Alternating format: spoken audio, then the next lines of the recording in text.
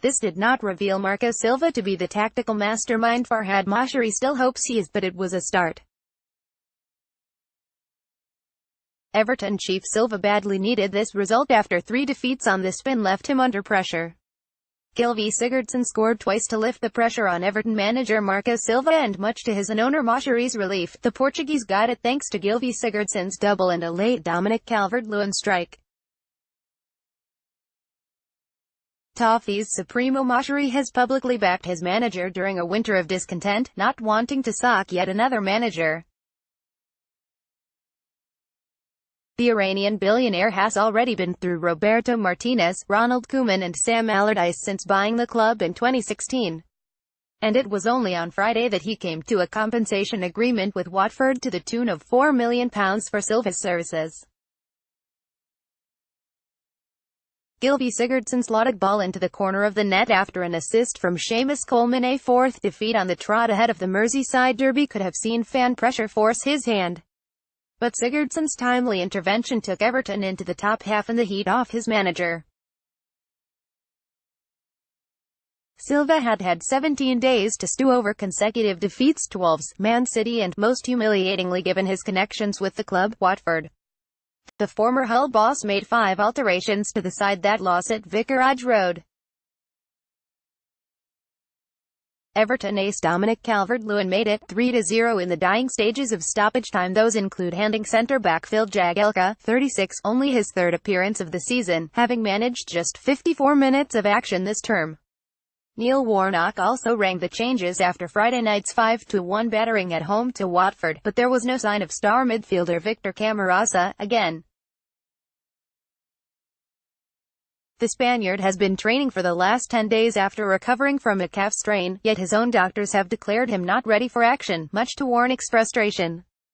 Ken Zohore was linked 2 summers ago with a £20 million move to Everton during Ronald Koeman's tenure, after a fine half campaign under Warnock.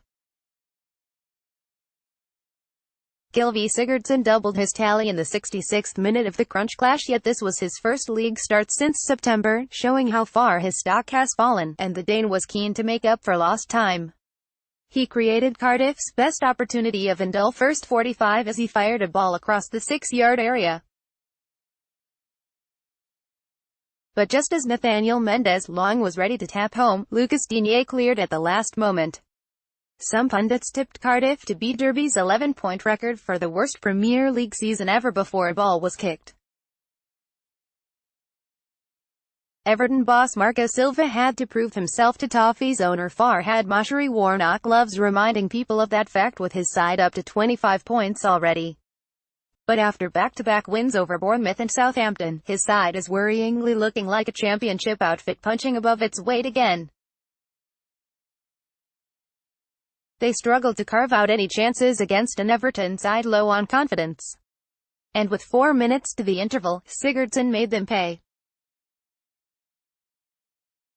Morgan Schneiderlin picked out Seamus Coleman down the right with a super pass, and the Irishman found unmarked Sigurdsson, who slotted into the corner. Simples, as some may have said. Neil Warnock looked furious as he watched Cardiff slump to another defeat. His 66th minute second was all about his alertness inside the area, and it killed off the game.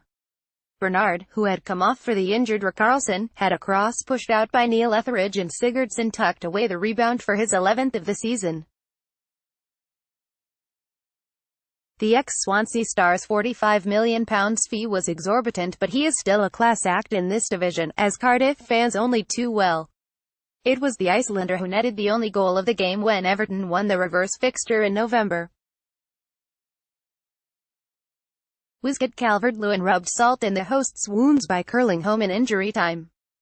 Junior Hoylett is challenged by Everton ace Morgan Schneiderlin. Warnock always knew it would be a battle until the final day of the season, but the manner of the home defeats in the last 5 days is concerning.